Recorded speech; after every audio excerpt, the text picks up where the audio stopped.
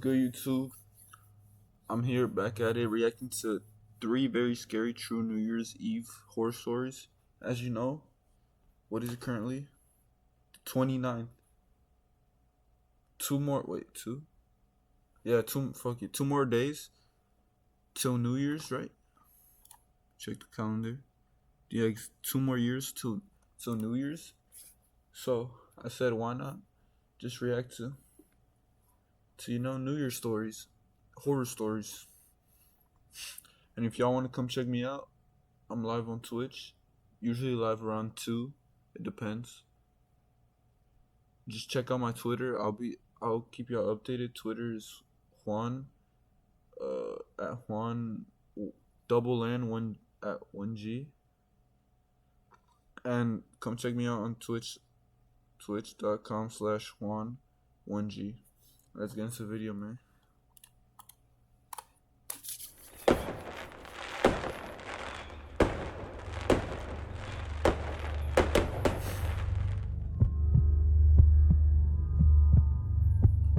Robert. I'm using a voice transcription thing on my phone since I don't really like typing and I'm not the best with So this one is story one. It's about a guy named Robert, I guess. words. This was, God, I don't even know, like 7 or 8 years ago now. Maybe 6, I'm not really sure. Wait. My life typing and I'm not the best with words. This was, God, I don't even know, like 7 or 8 years ago now. Maybe 6. Maybe 6? 7? Oh, my bad. I'm not really sure. My life's been a bit chaotic since then, so my head's filled with all sorts of memories and whatnot. Anyway, this was New Year's Eve back when I was still dating my ex, Duda. We were on our way back from a party when everything went down. It must have been well after midnight because I remember being extremely tired. Also, I'm sure you don't need me to tell you that driving on New Year's Eve isn't exactly the smartest decision, but we had no choice. The party had been at Duda's friend's place, but we were late additions to the guest list, so there weren't any sleeping arrangements left for us. The drive was actually pretty long, maybe 30 minutes, give or take. The roads were pretty much empty, which I remember being grateful for. It had snowed earlier that day, so the streets were icy as hell, and honestly, the last thing I needed was to be dodging traffic on top of everything else. Duda was half asleep in the passenger seat. I had the heat cranked and some random rock playlist going just to keep myself from drifting off.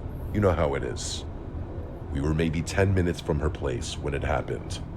Okay, so I don't even know how to describe what I saw. One second the road ahead was completely empty, and the next there was just a woman, literally standing in the middle of the street. And she wasn't like crossing or anything. She was just there, facing my car like she'd been waiting for us or something. I remember my brain just not being able to process it fast enough. I was already slamming on the brakes before I even realized what I was looking at. And then I realized she was holding a knife. It was down by her side, this massive kitchen knife, the kind you'd use to like carve a turkey or something. My headlights were hitting her full on, and I could see her face was all twisted up, like she was crying or screaming, or maybe both. It was sickly. I don't think I've ever reacted faster in my life. I yanked the wheel to the right to avoid hitting her, but the second I did, she lunged at the car. I heard the impact before I... Hey, me personally, bro, I'm fucking crashing that bitch. I ain't gonna lie. Instantly, bro. No second thought. Hell no. understood what happened. Despite the chaos of everything unfolding so quickly, I knew exactly what happened. She had swung the knife at my car as I passed. Even though I had avoided her, the swerve combined with the ice was just too much. I felt the tires lose grip, and suddenly we were spinning. Duda had woken up by then and immediately started freaking out. I was gripping the wheel like it would actually do something, but there was nothing I could do. The car was not under my control. We spun a full 180 and were basically facing the other direction by the time the car stopped. After recovering from the shock of almost dying, I looked up through the windshield and felt sick all over again, because we were now facing the direction we'd come from, which meant we were facing the woman. She was maybe 30 feet away, still holding the knife, illuminated by my headlights like something out of a horror movie, and she was limping toward us, Like she was trying to move fast, but she was clearly injured. Hey, bro, I'm running. I'm not. Hell no. Hell no. I'm not gonna lie, I'm leaving my girl there too. She's cooked. If she's my ex, bro, leave her. Easy. She was also screaming something I couldn't understand. Just this guttural, incoherent noise that sounded more like an animal than a person. It was, and probably still is, the most terrifying thing I've ever witnessed with my own two eyes. I remember Duda yelling at me to do something, but I was just frozen. See? And this how you get killed. How, bro? Like, second, like me personally, bro, I'm with none of that, oh, hiding or some shit, bro. Getting away, running fast. Like, freezing up, you're dead. Couldn't look away from this woman lurching toward us. Her clothes were dirty and torn, and her hair was all matted and wild. I don't know if she was on drugs or having some kind of mental breakdown or what, but there was nothing behind her eyes. There was nothing there. It honestly looked like she was a dead person walking. She was maybe 15 feet away when my survival instincts finally kicked in. I threw the car in drive and slammed on the gas. Hey, bro. The tires spun on the ice for this terrifying second before catching, and we started moving. I thought we were clear, like I thought that was it. But of course, I was wrong. I don't know how she moved that fast. She a demon? No way she caught up to the car. Never mind, bro. Fuck that. I'm not running from her. I'm a prey, bro. Like 1 second she was in front of the car, and the next she was on it. She threw herself onto the hood, and I felt the whole car shudder from the impact. Duda was screaming, I was cursing, and this woman was clinging to the hood of my car with one hand while stabbing the windshield with the other. Just like... Hey, swerving till that bitch gets off, bro. Over and over again. I felt like she was trying to get into my car and kill me. I felt like I was gonna die. I couldn't see or think. I just started swerving the wheel back and forth as hard as I could. The woman was sliding around on the hood, but she wouldn't let go. She was still screaming that horrible wordless scream, and her face was inches from the glass, and I swear to God, her eyes were locked on mine the entire time. On the third or fourth swerve, she finally lost her grip. I watched her roll off the side of the hood and hit the pavement really hard before sliding into the shoulder. The car fishtailed again, but I managed to keep it under control this time. I looked in the rearview mirror and saw her lying there. She wasn't moving. Part of me wanted to stop. I know that sounds insane given what just happened, but I thought maybe I'd killed her. Stop? You would stop. Fuck that, bro. Hey, if she's dead, she's dead. If she is alive, on to the next, bro. Hell no. What is, bro? This guy's tripping, bro. Like maybe she was just some mentally ill person who needed help, and I just killed her. Duda grabbed my arm and told me not to stop. Bro, he's talking about some help. She had a knife stabbing his window. Wouldn't let go. Are we dead ass? Help? She was shaking and kept saying we needed to go, that it wasn't our problem, that we couldn't Hey, she knows, bro. She knows. get involved. I said we should at least call the police, but she also shut that down immediately. She said the cops would blame us since we've been drinking, and that there was no way they'd believe our story. She said we'd get arrested or something. Smart woman, smart Looking woman. back, none of that made sense, but Duda had this way of making everything sound urgent yet logical in the moment. She was always like that. Very persuasive and borderline manipulative, honestly. I left that woman on the side of the road, drove Duda home, and didn't tell anyone. I still feel sick thinking about it. The damage to my car wasn't even that bad. Just the cracked windshield, the knife marks on my driver's side window, and a few scratches on the hood. Surprisingly, there wasn't even any blood on the car. I got it fixed like a week later, but the guilt stuck with me for months. I kept checking the local news, waiting to see a story about a body found on that road or a missing woman or something, but nothing ever came up. I don't know if that made me feel better or worse, honestly. Part of me wonders if she got up after we left and just walked off into the woods or something. Part of me doesn't want to know. The thing that really messed with me, though, was Duda. She acted like nothing happened. Like within a couple days, she was back to her normal self, making plans, going out with friends, whatever. I brought it up once and she got annoyed with me, telling me I was being dramatic and that we did what we had to do. I remember just staring at her and thinking like, how can you be so cold about this? A woman tried to kill us and we might have killed her, and you're willing to just forget about the whole thing? We broke up a few months later for unrelated reasons. Well, mostly unrelated. But I'd be lying if I said that night didn't change how I saw her. Maybe I'm the crazy one, but an experience like that is not something you can easily forget, let alone move on from in 2 days. I might have ended someone's life that night. That deranged woman might have ended my life that night. Yeah, that shit is traumatizing. I ain't gonna lie. Imagine just seeing a woman, bro. That she's probably like a devil or something, bro. I ain't gonna lie. She's probably a demon, shapeshifter or some shit. That's not something you can just forget about. Alright, that was story 1. This is story 2 by Brian. I went to Cal Berkeley for undergrad. It's where I met one of my closest friends, a guy named Garrett. His real name is Guo, but when we first met freshman year, he introduced himself by his quote, American name, and it just stuck. He's originally from Hong Kong, came to the States to study computer science, and is genuinely one of the smartest people I've ever known. After grad, we went our separate ways geographically. I moved to New York for work, and he went back to Hong Kong for the same reason. We're both in our late 20s now, both doing pretty well career-wise, both single. We try to see each other at least once or twice a year, whether that's him flying out to visit me or me taking a trip to Asia. I know it's pretty fortunate to be able to travel so frequently, so I never take that for granted. This incident happened. Yo, traveling is like the most beautifulest thing ever. Like me personally, I'd want to go to Japan, to Europe. Like, there's just so much more in this world, bro. If you really think about it. Last New Year's Eve, and I still think about it constantly. I've told a few people, but no one really knows what to make of it. Nor do I.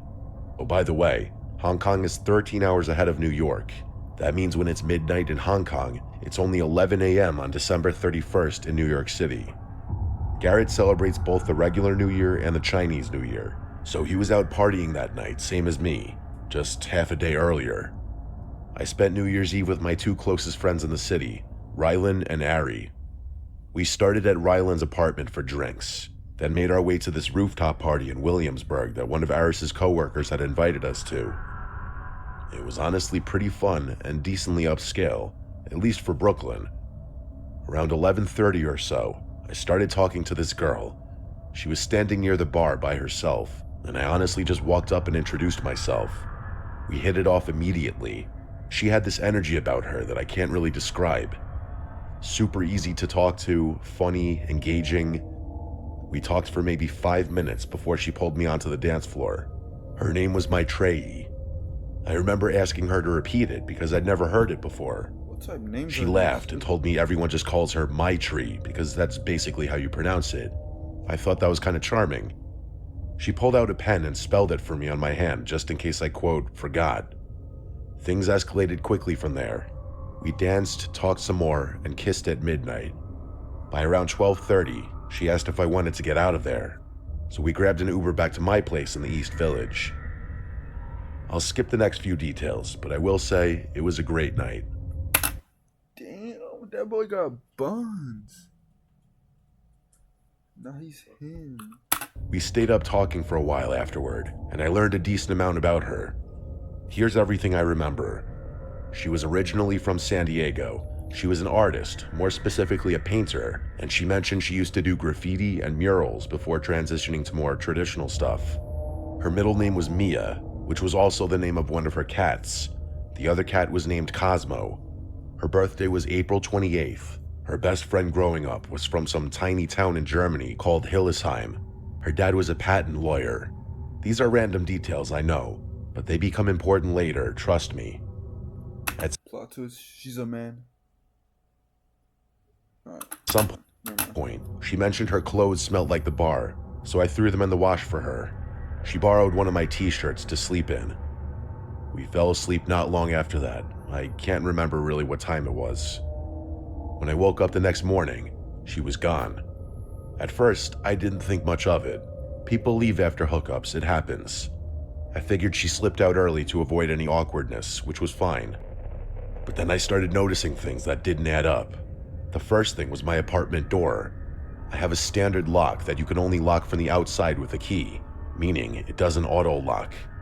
When I got up to use the bathroom, I noticed the lock was still engaged, which meant either she had somehow locked it from the outside without a key, or she'd never left at all.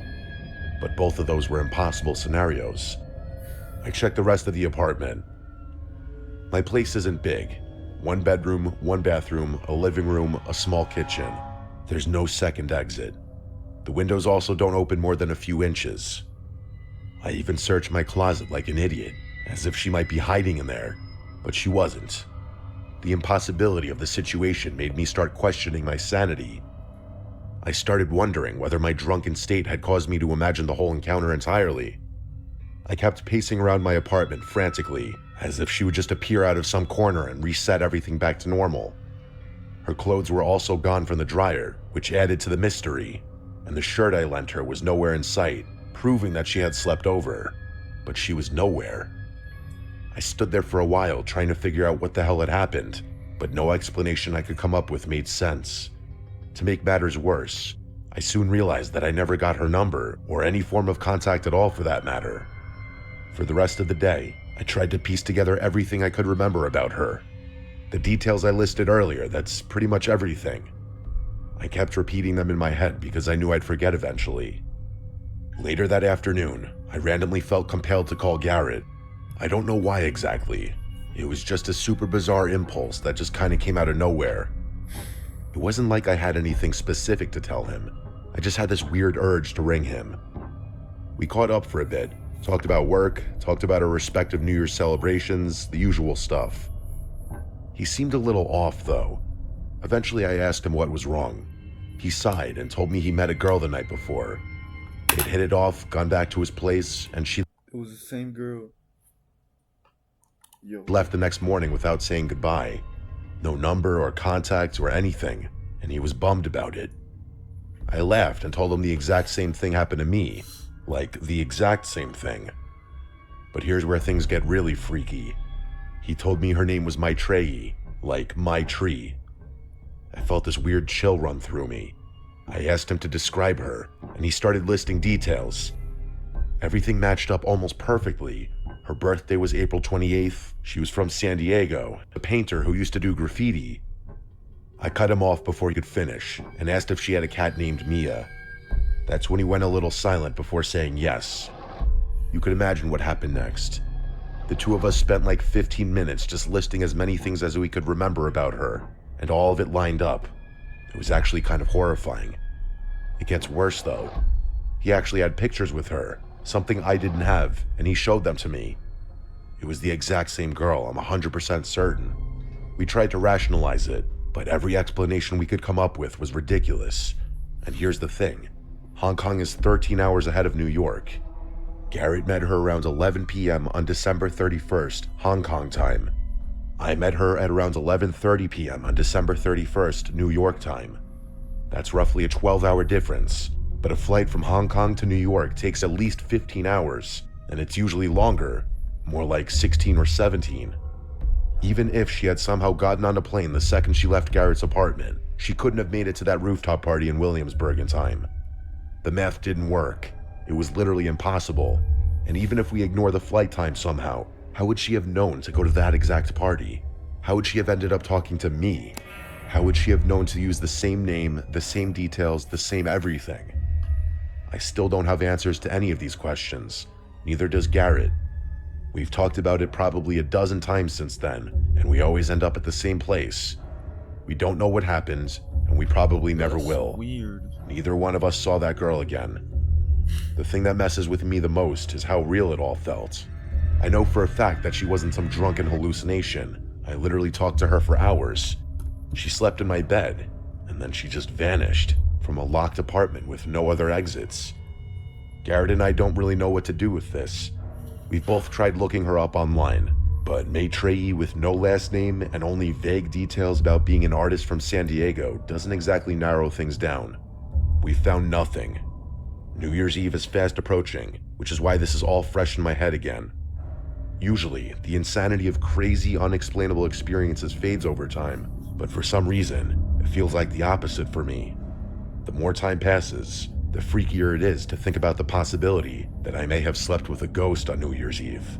I know that sounds ridiculous, but I don't have a better explanation for what happened. Story 3, Randy. This story is one of my dad's. Before he had kids, my dad and my mom used to travel a lot. He had made some smart business moves in his mid-20s, so he had money to spend and the free time to spend it. They were both big skiers, but the only good skiing that was accessible to New York City was in Vermont. So over the years, they actually purchased a few lodges up there. The first one was in Ludlow. They bought it from some guy named Mr. Black who lived on West End Avenue in the city.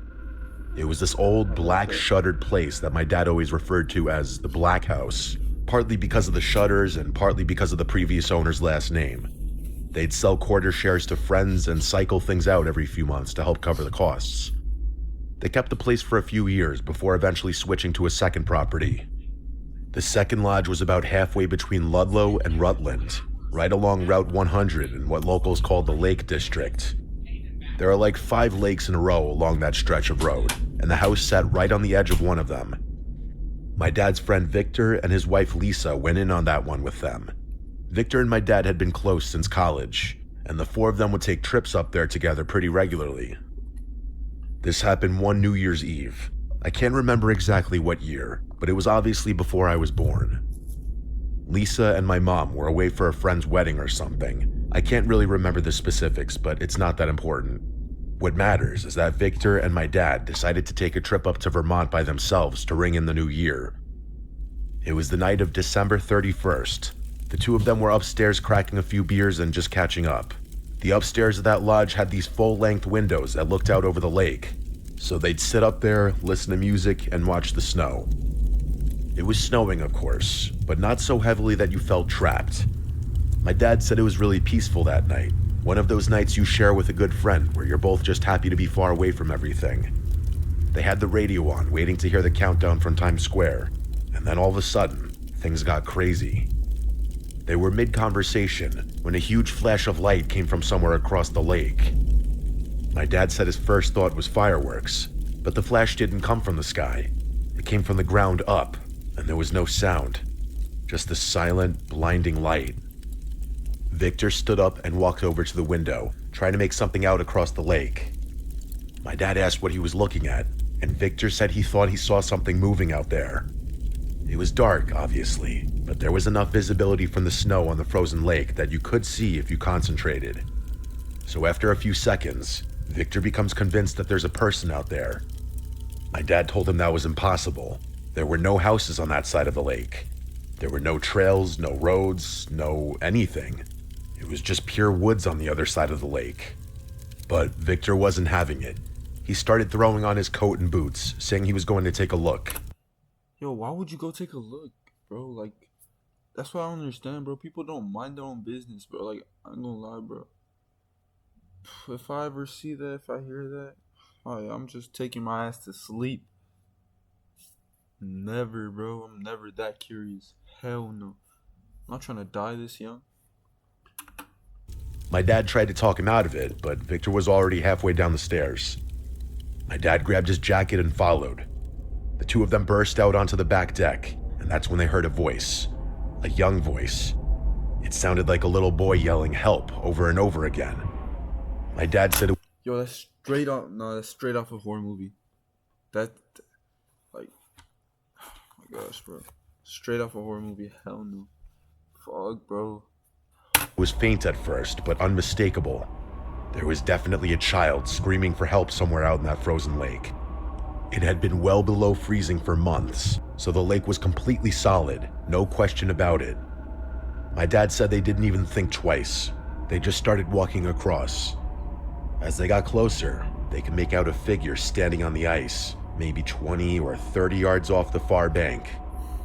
It was small, a kid for sure. My dad said he could see the shape of him against the snow. But then there was another flash. My dad said it was so bright he had to shield his face and drop to his knees. He couldn't see anything for a few seconds. Then when he finally opened his eyes and looked up, the kid was just gone. There was nothing out there but empty ice and snow. My dad said that's when he and Victor went from curious to terrified. They turned around and started racing back toward the house. My dad said he was running as fast as he could without slipping. Victor was a few steps ahead of him when he suddenly yelled and pointed up at the house.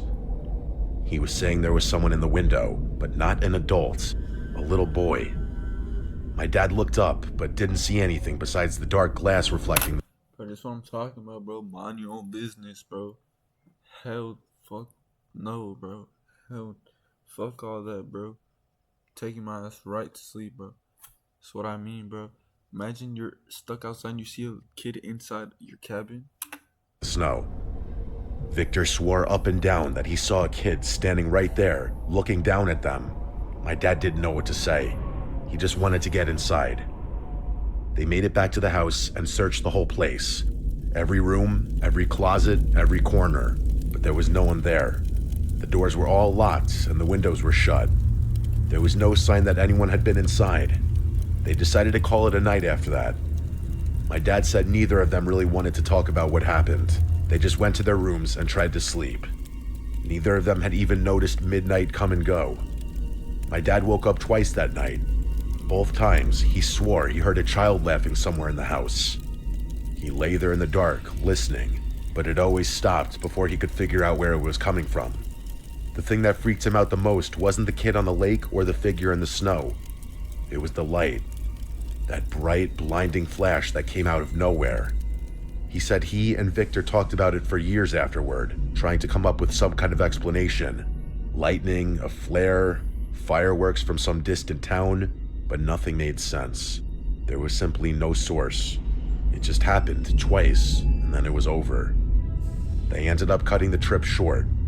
My dad said they never talked about that night with my mom or Lisa, not until years afterward at least. My dad still doesn't know what happened out there. He's told me this story maybe 3 or 4 times over the years, and every time he gets to the part about the light, he just kind of trails off. I asked him once if he thought it was something supernatural, and he just shrugged and said he didn't know what else it could have been.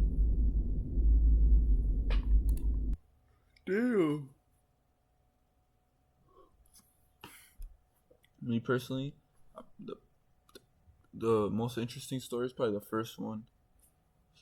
But yeah, fuck, that shit was okay. That was interesting, honestly. But let me know what y'all think down in the comments.